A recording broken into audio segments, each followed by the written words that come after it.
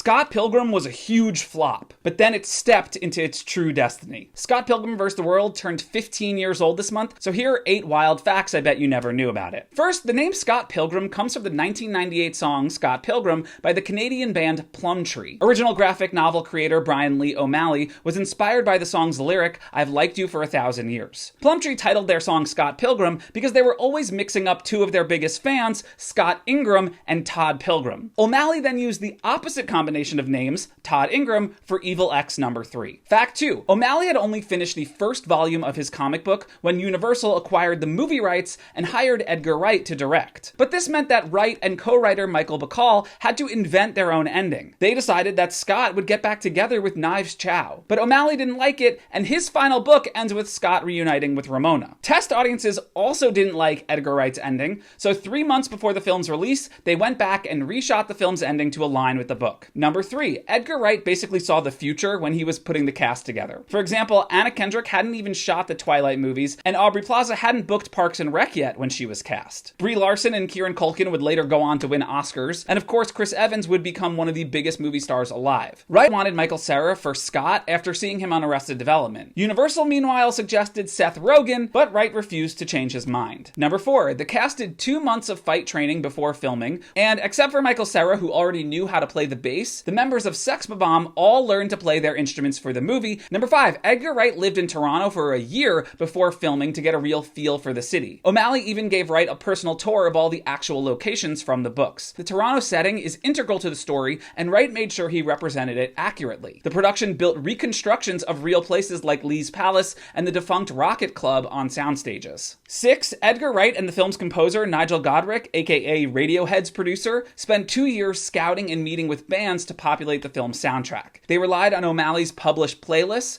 plus the actual indie rock scene in Toronto. Wright also wrote a personal letter to Nintendo to get special permission to use music and sound effects from The Legend of Zelda in the movie. 7. The visual effects team literally invented new software for the fight featuring Scott versus the twins. It's called Wave from Generator, and it turned the scene's music into animation data, so when the band was playing, the graphics and the dragons moved in time with the music. And number 8. Scott Pilgrim made a huge splash at Comic-Con's Hall H in 2010, but the movie bombed at the box office. You see, the film's budget was $60 million after tax rebates, and opening weekend, it did just $10.5 million, falling to 5th place. Total, it only grossed $51.7 million worldwide, so it didn't even break even in theaters. But it would gross another $27 million on home video in its first year, so it eventually turned a profit. And that's because it was adored by critics and audiences who actually saw it, almost immediately becoming a modern cult classic.